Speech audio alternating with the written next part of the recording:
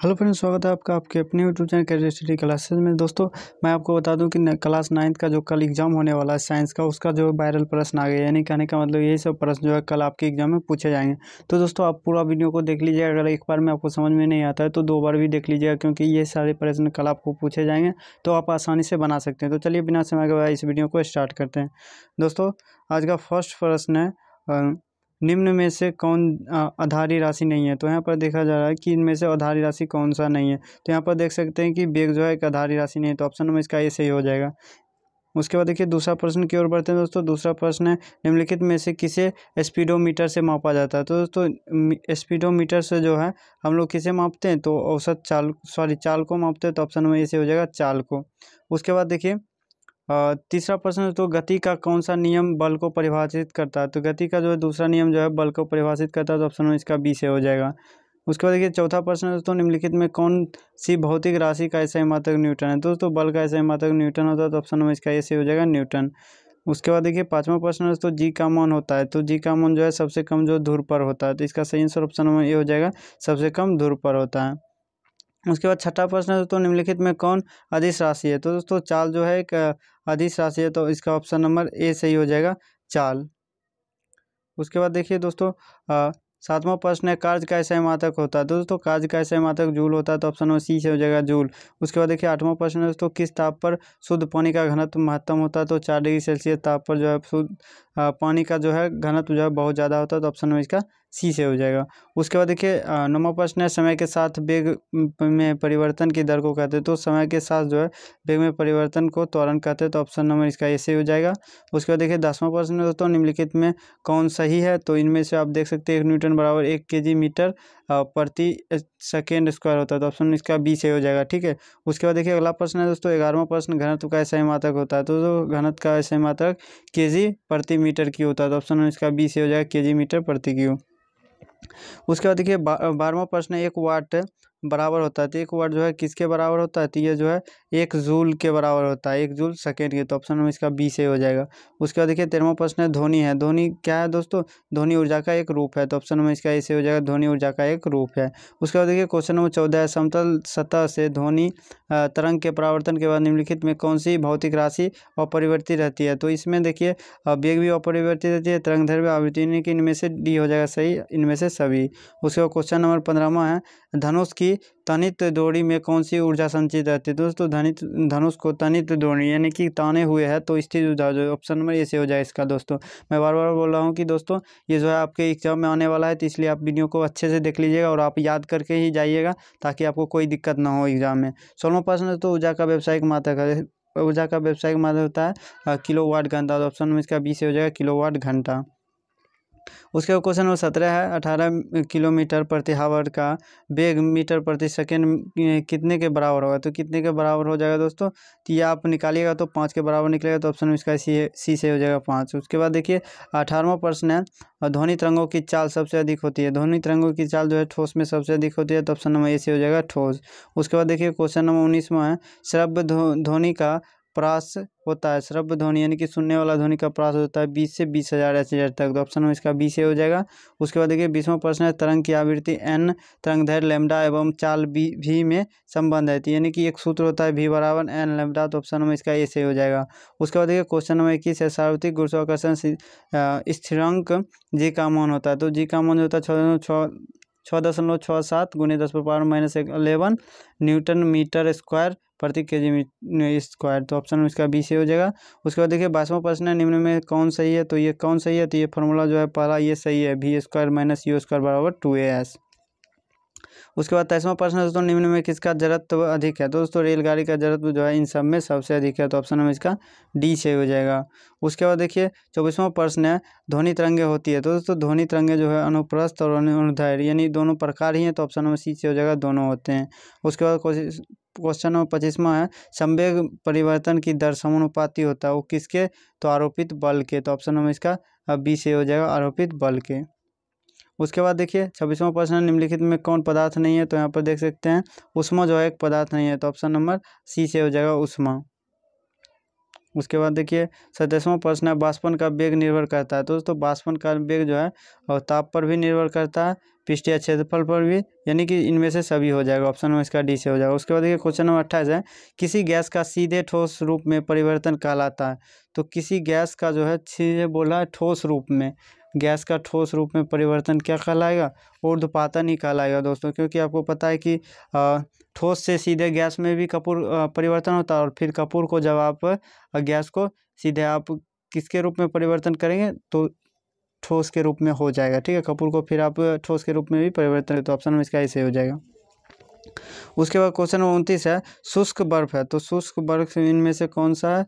तो शुष्क बर्फ जो हो जाएगा आपका दोस्तों CO2, ऑप्शन नंबर डी ठोस CO2।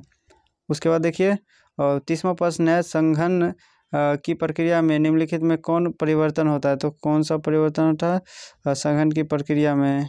तो इनमें कौन सा सही हो जाएगा दोस्तों? इसमें थोड़ा सा डाउट है, आप देख लीजिएगा।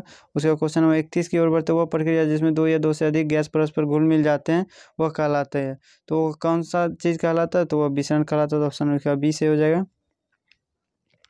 उसका देखिए 32वां प्रश्न है, किसी पदार्थ के प्रति इकाई आयतन का द्रव्यमान होता है, तो घनत्व कहलाता है। तो ऑप्शन में इसका ऐसे हो जाएगा घनत्व।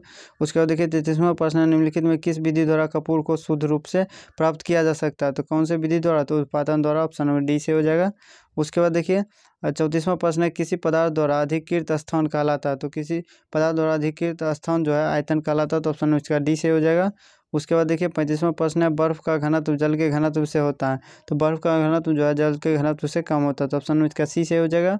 उसके बाद देखिए 36वां प्रश्न है, निम्नलिखित में किसमें द्रव का वाष्पन तेजी से हो सकता है? तो किसमें होगा? तो इसमें थाली हो जाएगा। तो ऑप्शन में सी से हो जाएगा, क्योंकि इसका आयतन बहुत अधिक हो जाएगा।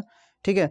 उसके बाद देखिए 37वां प्रश्न है, क्लोराइड विलयन में कोलाइडिक कण का आकार होता है। तो कोलाइडिक कण का आकार होता है 10⁻⁻6 सेंटीमीटर। तो ऑप्शन नंबर ए से हो जाएगा। उसके बाद क्वेश्चन नंबर 38 है, निम्नलिखित में कौन यौगिक है? तो कौन यौगिक है? जले की यौगिक है। तो ऑप्शन नंबर सी से हो जाएगा, जले की यौगिक है।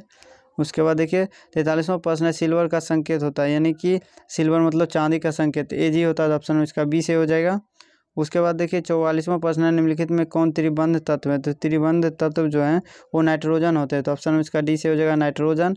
उसके बाद देखिए क्वेश्चन नंबर 45 है, इलेक्ट्रॉन का द्रव्यमान होता है। तो इलेक्ट्रॉन का द्रव्यमान होता है 9.11 गुना 10⁻−31। ऑप्शन नंबर ए से हो जाएगा।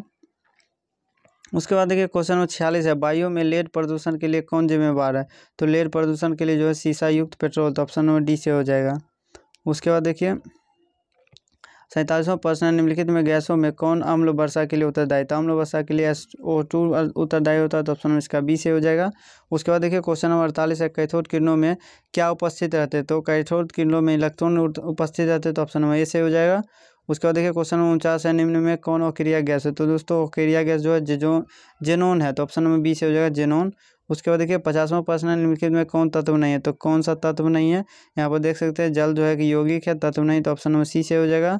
उसके बाद देखिए 51वां प्रश्न है, निम्नलिखित में कौन कमरे के ताप पर द्रव अवस्था में रहता है? तो द्रव अवस्था में ब्रोमीन पाया जाता है। तो ऑप्शन में इसका डी से हो जाएगा। क्वेश्चन नंबर 52 है, निम्नलिखित में कौन भौतिक परिवर्तन? तो भौतिक परिवर्तन जल का जमना हो जाएगा भौतिक परिवर्तन, क्योंकि इसे बर्फ से जल को जमाएंगे तो बर्फ बनेगा, बर्फ से फिर हम जल बना सकते हैं। तो ऑप्शन नंबर डी से हो जाएगा। उसके बाद देखिए 53वां प्रश्न है, मनुष्य के शरीर की सबसे लंबी कोशिका होती है। तो सबसे लंबी कोशिका तंत्रिका कोशिका। तो ऑप्शन नंबर सी से हो जाएगा। उसके बाद देखिए क्वेश्चन नंबर 54 है, कोशिका भित्ति होती है। तो कोशिका भित्ति जो होती है अर्धपारगम्य होती है। तो ऑप्शन नंबर ए से हो जाएगा। उसके बाद देखिए 55वां प्रश्न है, रंगीन पैलेस्ट्रेड को क्या कहते हैं? तो क्या कहते हैं इसे? तो इसे हम लोग कहते हैं क्लोरोप्लास्ट। ऑप्शन नंबर बी से हो जाएगा। 56वां प्रश्न है, जीन बने होते। तो दोस्तों जीन किससे बने होते? तो डीएनए के खंड से। तो ऑप्शन नंबर ए से हो जाएगा। उसके बाद देखिए क्वेश्चन नंबर 57 है, अस्थि है। अस्थि क्या है दोस्तों? तो अस्थि जो है एक संयोजी ऊतक है। तो ऑप्शन में इसका बी से हो जाएगा। उसके बाद देखिए 58वां प्रश्न है, पौधे की लंबाई किस ऊतक द्वारा बढ़ती है? तो कौन से ऊतक द्वारा बढ़ती है? तो शीर्षस्थ विभजोतक। तो ऑप्शन में इसका बी से ही हो जाएगा। उसके बाद देखिए क्वेश्चन नंबर 59 है, रक्त कोशिकाएं बनती है। रक्त कोशिकाएं जो है वो कहाँ बनती है? तो लाल अस्थि मज्जा। तो ऑप्शन इसका बी से हो जाएगा। उसके बाद अगला प्रश्न है दोस्तों, यानी कि 60वां, निम्नलिखित में कौन बहुकोशिकीय जीव है? तो बहुकोशिकीय जीव इनमें से कौन सा है? तो इसका आंसर ऑप्शन नंबर सी हो जाएगा, स्पाइरोगायरा। ठीक है, स्पाइरोगायरा। उसके बाद देखिए क्वेश्चन नंबर 61 है, निम्नलिखित में कौन शीतरक्तीय प्राणी है, तो कौन सा मेढक हो जाएगा, तो ऑप्शन नंबर ए से हो जाएगा। उसके बाद देखिए क्वेश्चन नंबर 62 है, निम्न में से कौन पुष्पीय पौधा है, तो कौन पुष्पीय पौधा है, तो एंजियोस्पर्म, तो ऑप्शन नंबर सी से हो जाएगा। उसके बाद देखिए क्वेश्चन नंबर 63 है, भारत में हरी क्रांति के लिए सबसे मुख्य कारण क्या है, तो कारक जो है वो समुन्नत बीजों का उपयोग, तो ऑप्शन नंबर डी से हो जाएगा। उसके बाद देखिए क्वेश्चन नंबर 64 है, दलहन फसल को लगाने से खेतों में किस तत्व की पूर्ति होती है, तो नाइट्रोजन की, तो ऑप्शन नंबर इसका बी से हो जाएगा। उसके बाद देखिए 65वां प्रश्न है, पौधों में पोषकों की आपूर्ति मुख्यतः होती है, तो पोषकों की आपूर्ति जो है सूर्य की प्रकाश द्वारा होता है, तो ऑप्शन नंबर इसका डी से हो जाएगा। उसके बाद देखिए क्वेश्चन नंबर 66, सुरक्षित भंडार हेतु खाद्यान्नों में नमी की प्रतिशत मात्रा कितनी होनी चाहिए, तो होनी चाहिए 16 से 20, तो ऑप्शन नंबर इसका बी से हो जाएगा 16 से 20।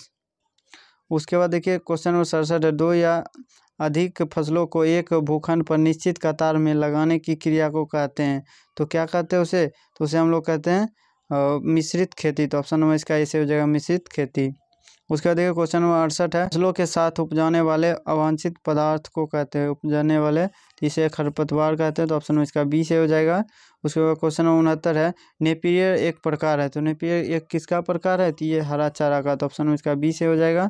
उसके बाद क्वेश्चन नंबर 70 है, साहिवाल एक नस्ल है, तो साहिवाल एक नस्ल है किसका, गायों का, तो ऑप्शन नंबर इसका बी से हो जाएगा गायों का। उसके बाद क्वेश्चन नंबर 71 है, निम्न में कौन संक्रामक रोग है, तो संक्रामक रोग जो है ये सभी है, तो ऑप्शन नंबर इसका डी से हो जाएगा।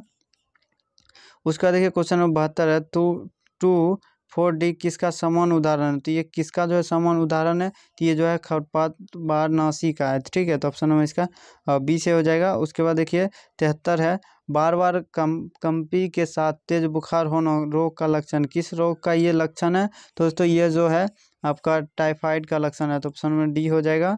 उसके बाद क्वेश्चन नंबर 74 है, सेल का नाम दिया गया है था, तो किनके द्वारा सेल का नाम दिया गया था, तो रॉबर्ट हुक द्वारा, तो ऑप्शन नंबर सी से हो जाएगा।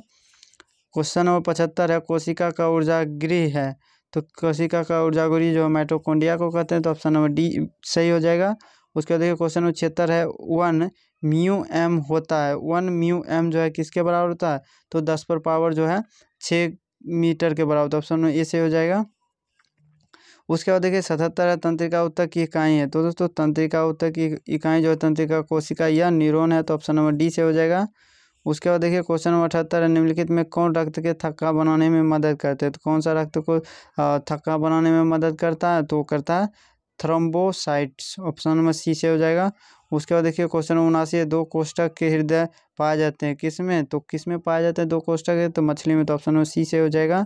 दोस्तों 80वां प्रश्न है, 5 जगत वर्गीकरण दिया गया है, तो वर्गीकरण 5 जगत किस में दिया गया, ये दिया गया आर हुएल केरल द्वारा, ह्यूवेटर द्वारा, ठीक है।